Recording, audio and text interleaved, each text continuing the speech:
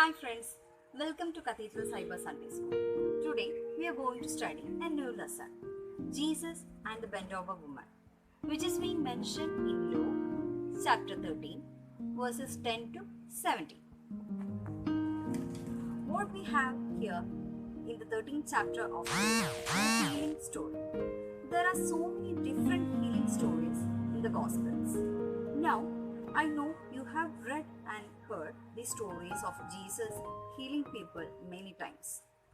In some ways, they are all alike. A person with a physical, mental, or spiritual defect comes to Jesus and Jesus heals the person. This story is about Jesus healing a bent over woman. It begins the statement that Jesus was teaching in a synagogue on a Sabbath, which means that there were people either sitting or standing there listening to what he had to say.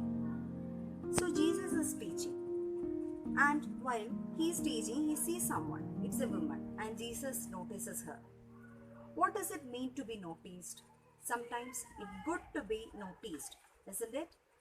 Sometimes you want to be noticed, like when you are in school and the teacher asks a question and you know the answer and you raise your hand, which is your way of saying, I know the answer, teacher, please call on me.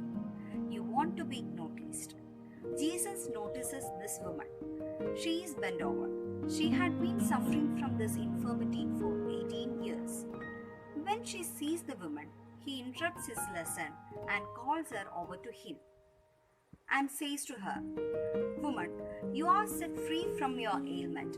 He places his hands on her and she stands up straight and begins praising God.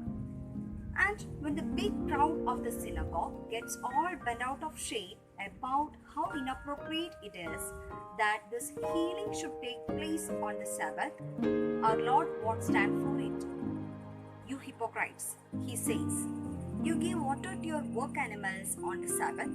Ought not to this woman, a daughter of Abraham, whom Satan bound for 18 years, be set free from this bondage on the Sabbath day?